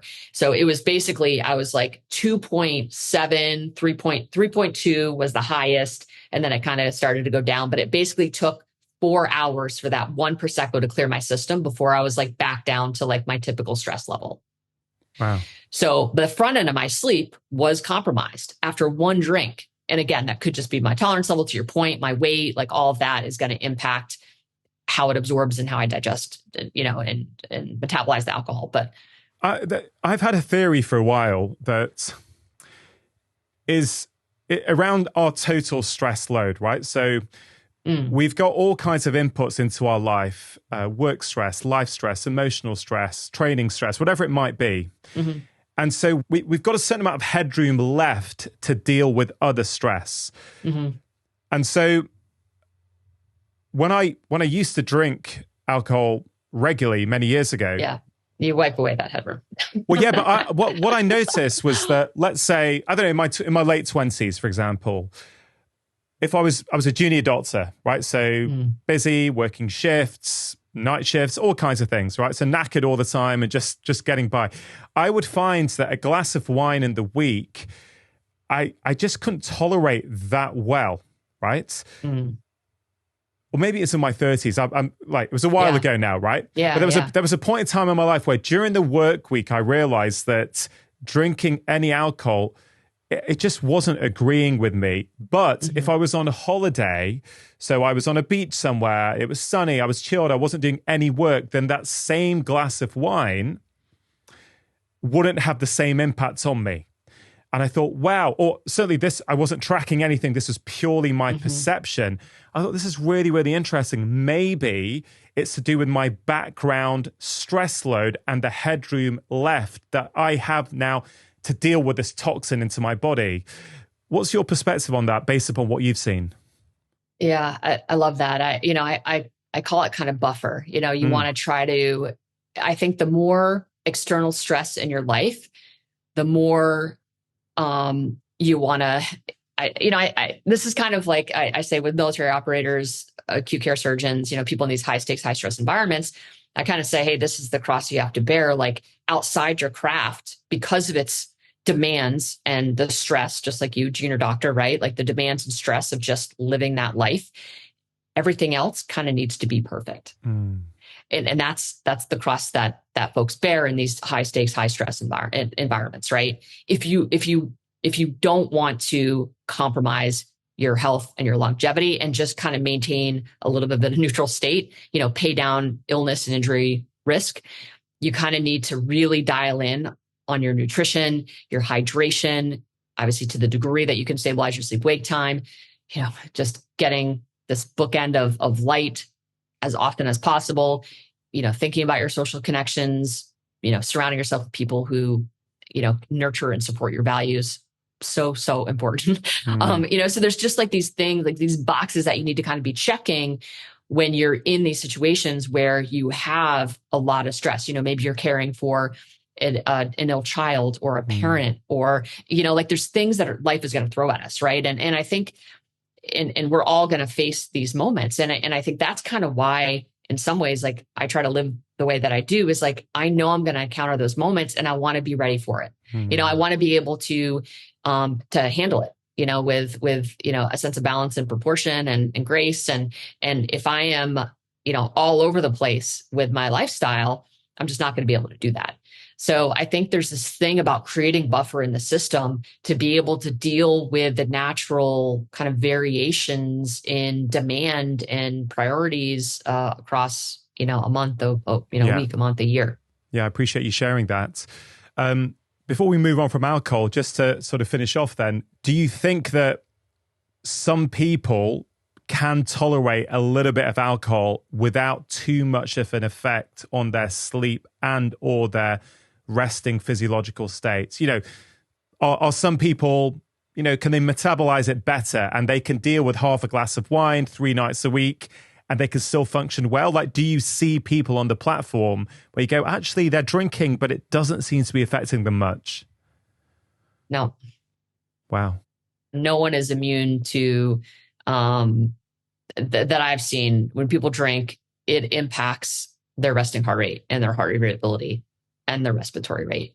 Wow. And their sleep markers. Like, it just is, it's pretty ubiquitous. I mean, there might be the outlier here and there that, I can't, I'm not going to do a statistical fist fight with those folks. But I can say that, from what I've seen in our data, which is massive amounts of data at this point, it appears that no amount of alcohol is good for your resting physiology.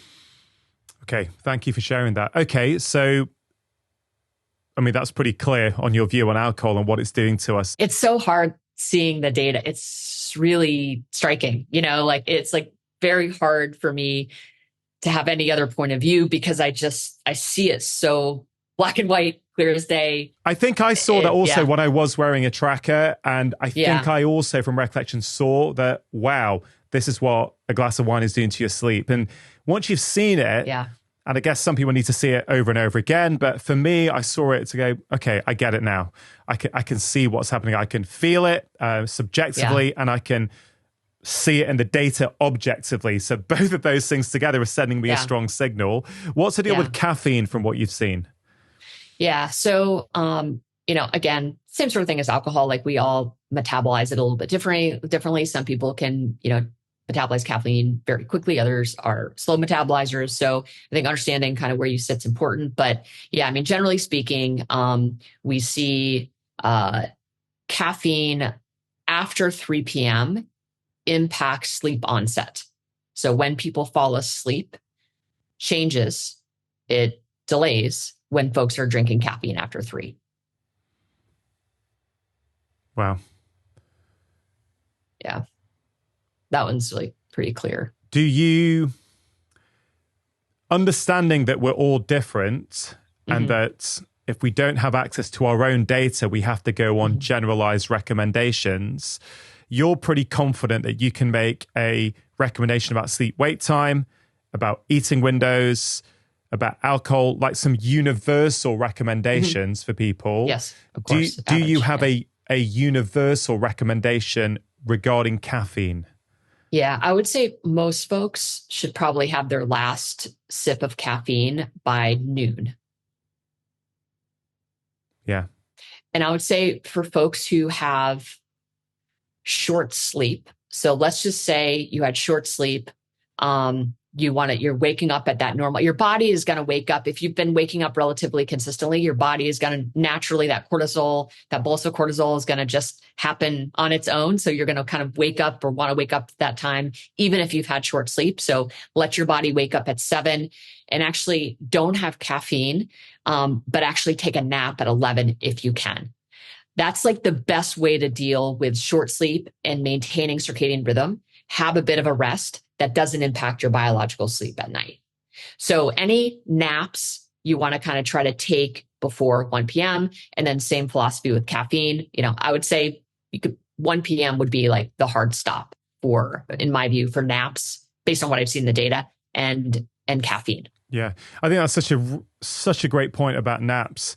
It's something I've done for many years is if I'm able to, it depends what my work is for that day. But if it's a work from home day to have flexibility, for example, then I will maintain my 5 a.m. wake up time, and I'll just try and get a short nap at some point in the day if I can. Even if I don't even sleep and I just shut my eyes for 20 minutes. Yeah. It is amazing what benefit that has. Yeah, we're about to analyze our Yoga Nidra data. I have a script out there on the internet that I did. We use this with frontline healthcare clinicians and elite athletes. Like a lot of folks in these kind of high stakes, high stress environments, struggle with napping because they're just chronically activated. But Yoga Nidra, which is just basically a mind body scan, is just an awesome alternative to napping and actually mimics slow wave sleep. This is not research that we've done, but external research to WHOP that I saw that was really cool. So Yoga Nidra is another kind of strategy I think folks can deploy when they have short sleep and they're looking to increase their alertness. Can you explain to people what that is for people who've never heard that term before? Yeah, Yoga Nidra, it's a yogic practice, and it basically involves just very simply a mind-body scan, and you just listen to a script 15, 20 minutes. I think there's some 10-minute scripts out there. And it basically just kind of takes you head to toe, where you just journey through sensing different parts of your body. You don't move. You just kind of sit there and you're in like this awake state that feels really meditative. Like once you get going and you just feel really calm and centered. It's pretty amazing. And you actually might fall asleep. So it's good just even if you to start with this Yoga Nidra practice and you actually might find yourself being able to nap, because it really does. Again, if you are actually carrying a bit of sleep debt, you're going to feel sleepy and you might actually fall asleep with this Yoga Nidra. Yeah, it's something many people find useful. There's loads of free kind of scripts there on YouTube for people to check out and find one that they like. It reminds me of a post, a friend of mine, Brian McKenzie, who I think you might know as well. Yeah. Like I had Brian on the show a few years ago. He's so good. He's great. And he, I think he did a post on Instagram a few years ago. I think his dog had fallen asleep in the afternoon in front of the fire. And I can't remember what he said, but it was something like, that's the kind of stress response system type vibe we need. We should be able to just switch off and take a nap like a dog can. But the fact that we can't is because we've got all this stuff in our head and we're overthinking and we're ruminating. And that really connected with me because I thought, that's hard for many people. I found that hard in my life at various times and I still can do if I've got too much on my plate. So 100%. I just thought it was a beautiful image to go, wouldn't it be nice if humans, if we could, just switch off and take a nap on tap when we need to? I mean, I think that's the superpower of the 21st century, is being able to be, activate when you want to activate and deactivate when you want to deactivate. And having enough buffer in the system to be able to kind of fire up your autonomic nervous system like on demand. Yeah. And, be able to intentionally increase your heart rate, intentionally decrease your heart rate. I mean, that's autonomic control, right? Yeah. And I think that's like, the call to arms here, and I think that the second and third order effect of that is, when we can control our physiological state, we can control our attention. Yeah. And I think that's the real power, right? In this world, right? Because there is just the internet, that everything is just, it's designed, it's curated to take our attention. It's robbing us of like our own compass for what we want to do in our life. It's just, that's a whole nother discussion, but it's bang on. I'm totally in agreement with that. You have written the most beautiful article on your LinkedIn page about attention, and Oh, thank you. I was reading all those LinkedIn articles today. They were really, really Oh, brilliant. And if we have time, which I suspect we won't today, we'll get into that. So I'll have to save that for a part 2, if not. But I did say we're going to cover shift workers because I think that's important for people who've heard all this stuff. Are there any other behaviors that, you know, we mentioned sleep wake time, eating windows, alcohol, caffeine, a bit of yoga nidra. Are there any, before we get on to shift work, are there any other kind of behaviors you're really keen to share with people? yeah. I mean, I think just leading into the conversation around shift workers, I think like it's all relative, but I think a lot of folks have what they would perceive as really stressful lives, right? So number one, you know, this is a study we just finished with our membership base. We had, I think, 19,000 folks participate. We were taking blood pressure readings over the course of 3 blood pressure readings over the course of 3 weeks. And then we asked them questions about their perception of their day and the reflection of their day. So did they perceive their day as threatening or did they perceive it as challenging? Okay. That was one question. Then we had a bunch of questions about sleep anxiety. But the threat and challenge was really interesting in that. So we're monitoring stress throughout the day. So we've got, again, an algorithm that is looking at heart rate variability, resting and heart rate, 24/7. And the algorithm basically maps that on a scale of kind of 1 to 3. The higher in that zone, the higher stress you are. And what was so interesting is that when people perceive their day as challenging, they end up in the higher stress zone. But what's so interesting is that when they perceive it as threatening, they actually are less stressed. Wow. So there's some sort of like paralyzing effect. And what's even cooler is that there is a relationship between if you perceive it as threatening versus challenging, how that impacts your sleep and recovery next day. Wow. So the more challenging you perceive stress, the better you sleep and the better you wake up to the next day.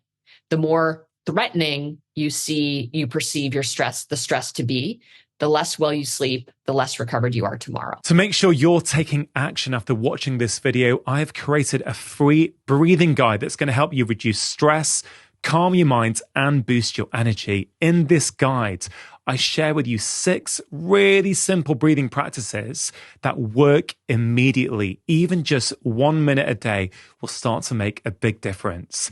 To receive your free guide, all you have to do is click on the link in the description box below.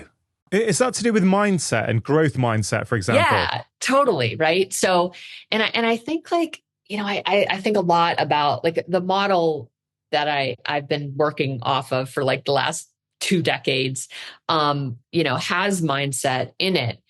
But I think my point of view is that it's hard to just talk ourselves into a better future, right? When we're short slept and when we have circadian misalignment and when we don't have purpose and efficacy and control, like these core psychological needs, that we don't have an infrastructure to kind of think about those and support those needs.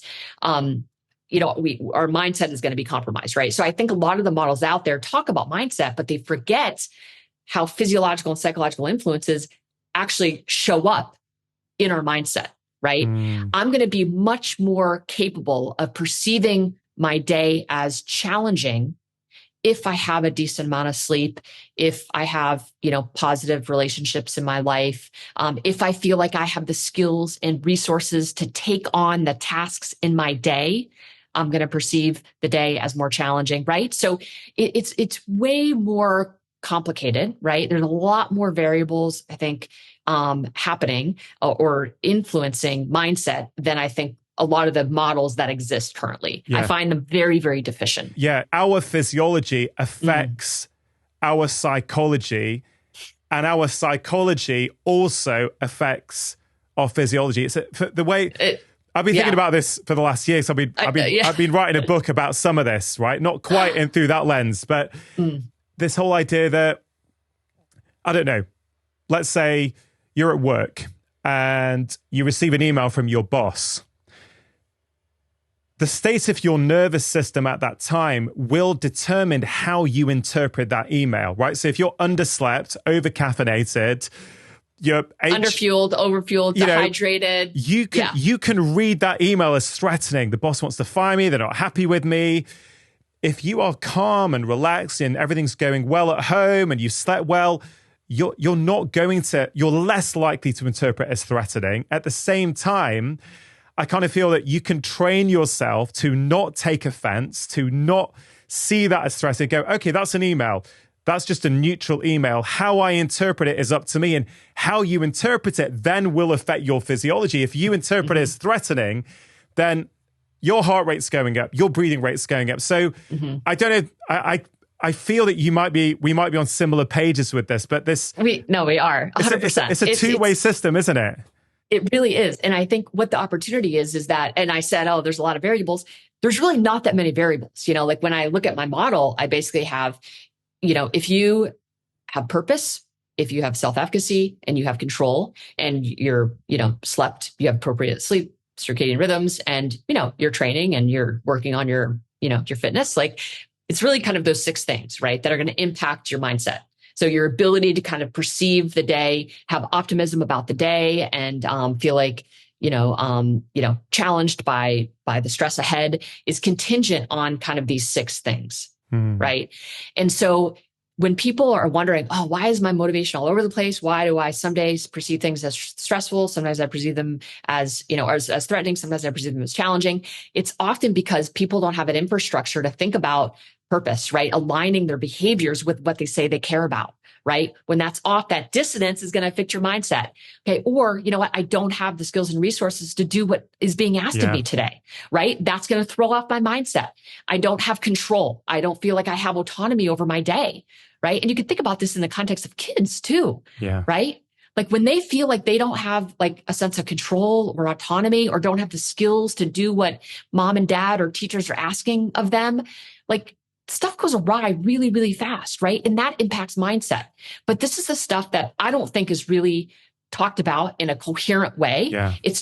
Everything is really silent. And that's what I struggle with the field of psychology and physiology. They're so siloed. And that's really, if I make any contribution to this world, like bringing these 2 things together in like a very coherent way is really my life's work, is what I want my life's work to be. I love it. Honestly, I absolutely love it. They have to be brought together. They can't exist in isolation.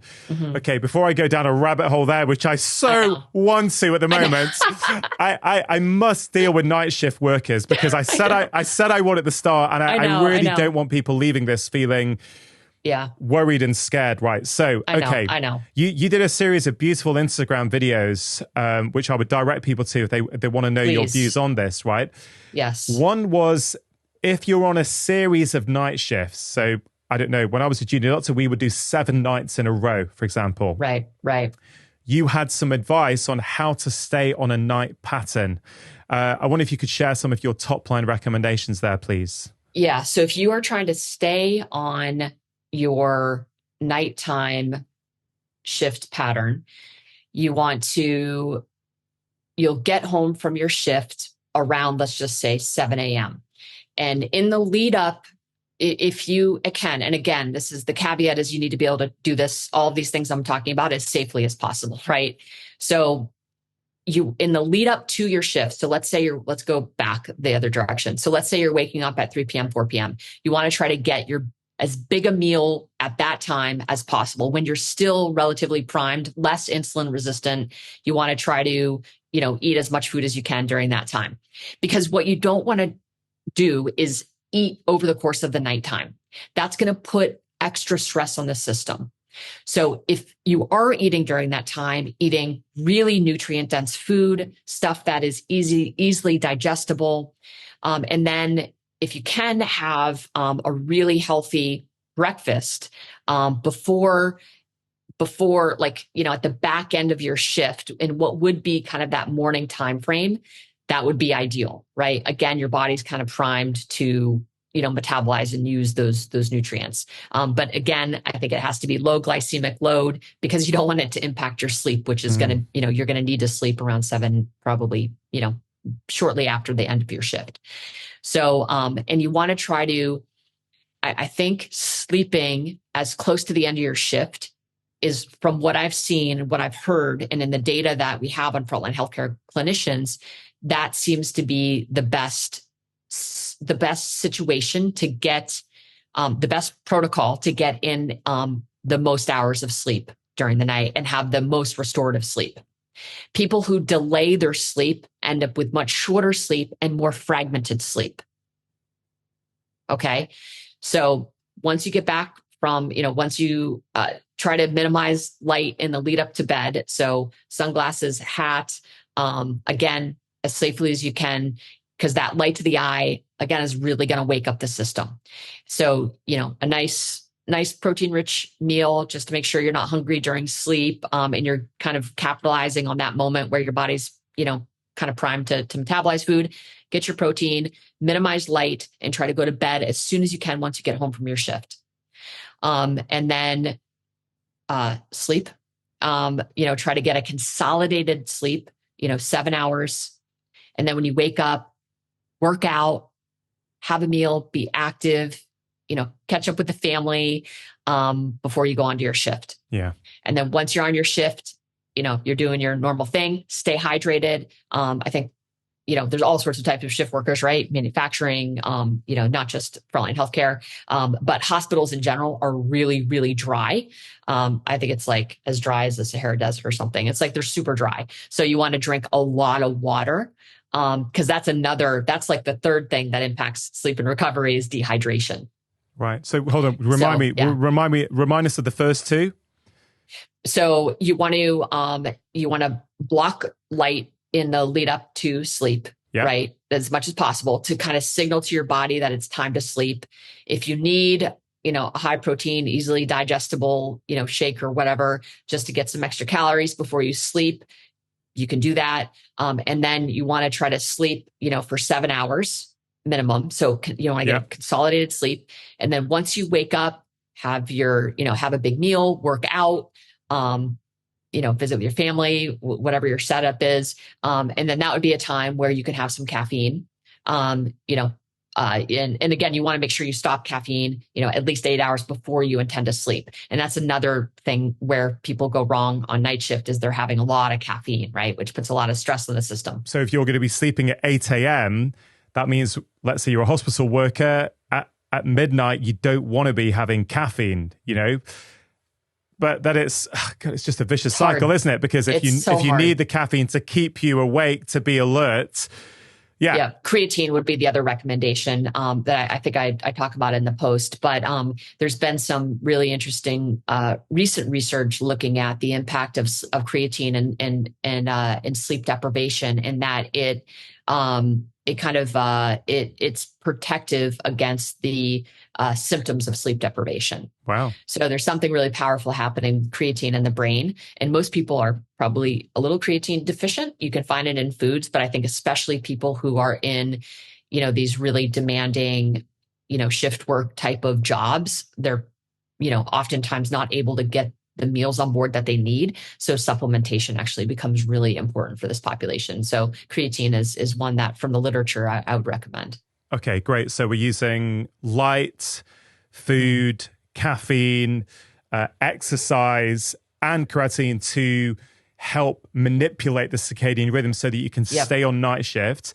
And most importantly, decrease, it's like you're trying to, it's stressful, right? So we don't want to layer that more stress on top, right? By, this protocol that I outlined is going to minimize the stress on the system. Yeah. Right. Yeah. And how do you advise that people go from night shift back onto day shift then?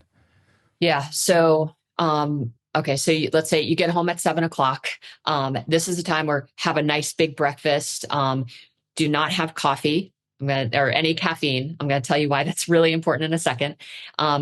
So, have your breakfast, get that big bolus of light. Okay. Sunshine, natural light, even if it's cloud covered, get out for as long as you can, exercise, be active.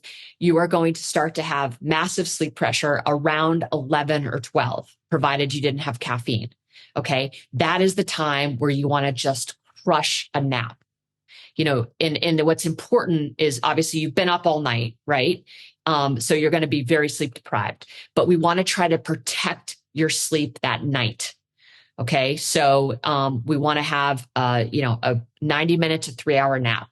You don't want to sleep more than that because again, you want to be able to fall asleep at night. But you're going to have a lot of sleep debt on board. So get that, 3-hour nap, wake up, have a green tea. Okay. Some sort of, caffeine, natural caffeine, if you can, and this is the time, do your errands, be with your family, get a nice dinner on board. And then when you naturally feel sleepy is when you want to succumb to that sleep pressure. And then aim to wake up the next day at the same time you saw light the previous morning. Okay. Yeah.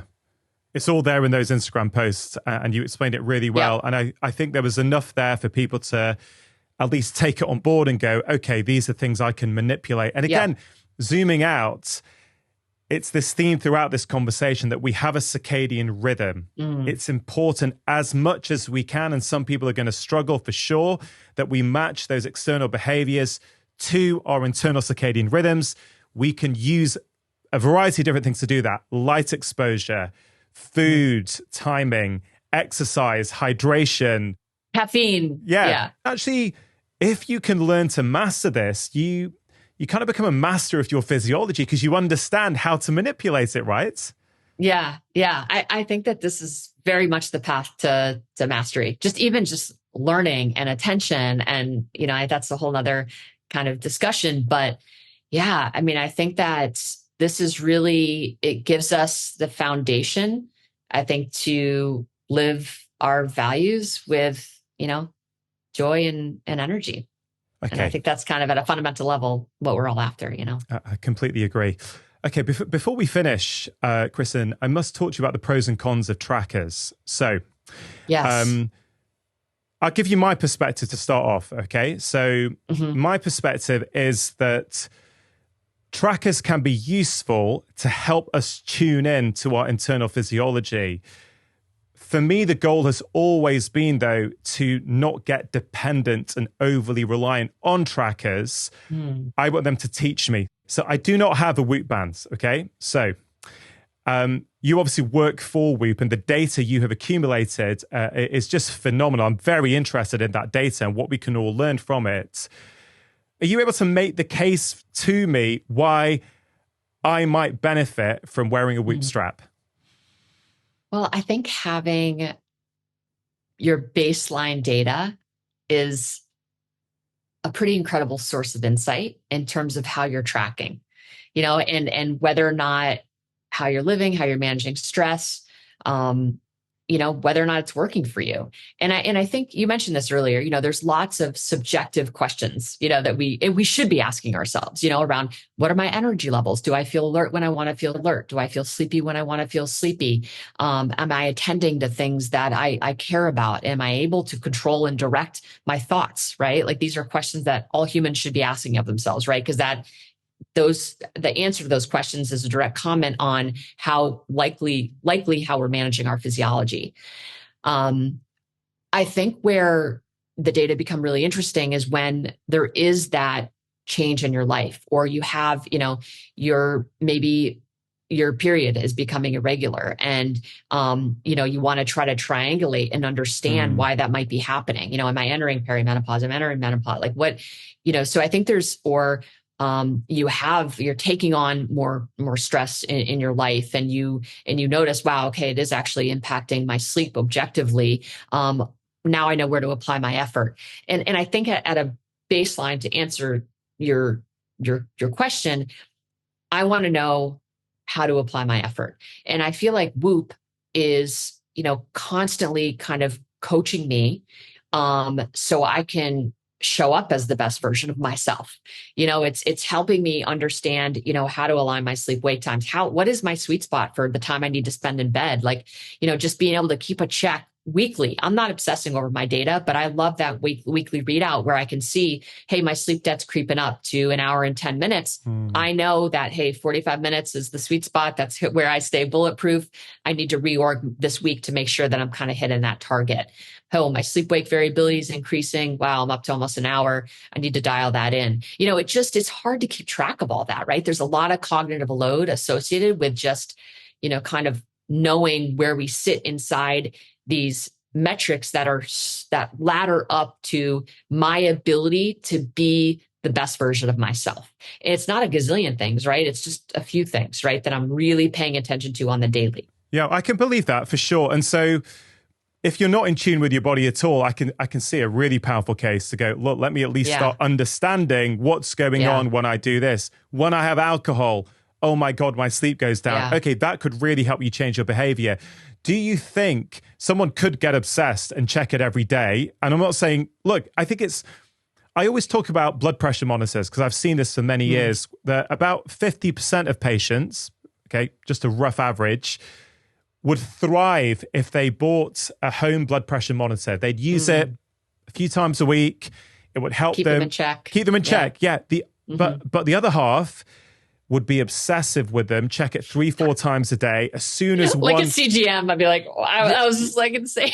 Yeah. And so what was fascinating for me is because that then, we're all biased by our own experiences. So I have a bias based upon what I saw with blood pressure monitors, which are very different kinds of monitors, I accept, to go, okay, I think our personality probably plays a huge role as to whether we're going to obsess with this or use it as a tool for self-improvement. So on WHOP, because I'm interested in trying it, because I kind of think, you need to try it. I'd be so curious. I'm open-minded to stuff. So I've tried lots of stuff. It's just I haven't tried that yet. And I'm sort of tempted to go, okay, well, what am I going to learn? Is it something I can look at once a week and it not affect my day-to-day? Because I also like knowing what's going on with my physiology. So you're basically thinking I should try it. Well, I think the science is so good, and the underlying data that informs our algorithms is just like, it's the best on the market. It's like super high fidelity, there's no watch. It's just literally collecting data. And I love that just from the standpoint of like attention. Like I don't want that's interesting messages coming on my wrist. You know? So that's interesting. So you can't actually check it in real time. It's kind of, no, you have to actively go into your app to see the data. So that's quite a nice way of making sure it doesn't take over people's lives. It doesn't. Yeah. And that's by design. Yeah. Yeah. Okay. It's not a watch. Do you see it as something that people could wear several times a year, or do you think the benefit comes from wearing it 24/7? I mean, I think there's so much benefit to just having it on, there's just so many cool insights. And of course, I love it, because it's just, we keep evolving, we keep making it better. Like our coaching gets better, the AI is so fun. I work on the coaching aspect of the app, because I was a coach for so many years. So that's kind of my jam. But I think just people have different entry points, right? And what you need to focus on is different than me, is different than the person on my left and right for the most part. But we all kind of have these fundamental things that we should be paying attention to, which we've outlined in this discussion, and you can track in WHOP, which is cool, right? And you can start to see the impact and core 4, this paper that hopefully will make it through peer review and be able to be out into the world. This is a great example of how 4 behaviors that we ran as a challenge. It was time restricted eating, zone 2 cardio, breath work, and morning sunlight.